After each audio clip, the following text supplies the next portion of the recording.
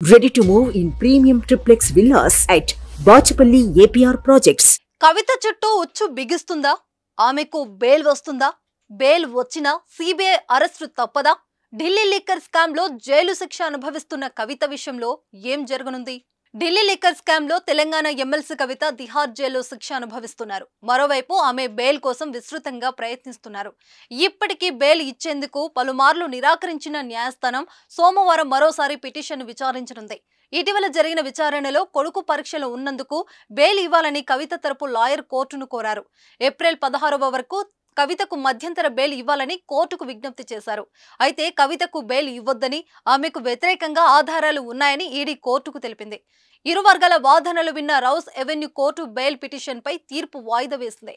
ఈ నెల 8న ఉదయం 10:30 తీర్పు వెల్లడించనుంది.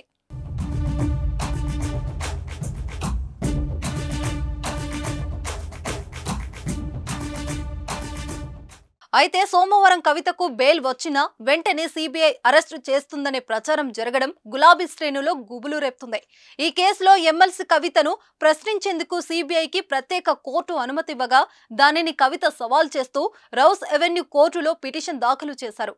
అయితే కవిత పిటిషన్ పై కౌంటర్ దాఖలు చేసేందుకు కొంత సమయం కావాలని సిబిఐ కోరగా ఏప్రిల్ 10 వరకు సమయం ఇస్తామని కోర్టు తెలిపింది. అయితే కవిత విషయంలో ఏం జరుగుతుందనే సస్పెన్స్ కొనసాగుతుంది. కవితను సిబిఐ అరెస్టు చేయడానికి ప్రయత్నిస్తుందని అడ్వకేట్ మోహిత్ రావు కూడా తెలిపారు. ఈడీ కేసులో కవితకు వారం 10 రోజులు బెయిల్ వస్తుందనే ఉద్దేశంతోనే కవితను సిబిఐ అరెస్టు చేసేందుకు ప్రయత్నిస్తున్నట్లు భావిస్తున్నామన్నారు. కవితను అరెస్టు చేసేందుకు సిబిఐ వచ్చిందని, కానీ తాజాగా తాము దాఖలు చేసిన అప్లికేషన్తో ఆ ఆలోచన విరమించుకున్నదని అన్నారు. ఈ కేసులో ఈడీ, సిబిఐ రెండు కలిసి పని చేస్తున్నట్లు అర్థమవుతుందన్నారు. కవిత అరెస్టు విషయంలోనూ ఈడీ ఇలాగే వ్యవహరించిందని స్పష్టం చేశారు. ఏదేమైనా కవితకు సోమవారం బెయిల్ వచ్చినా సిబిఐ స్పీడ్ పెంచే ఛాన్సులు కనిపించడంతో రిమాండ్ ఖైదీగా ఉన్న కవితకు కొత్త టెన్షన్ మొదలయ్యాయి.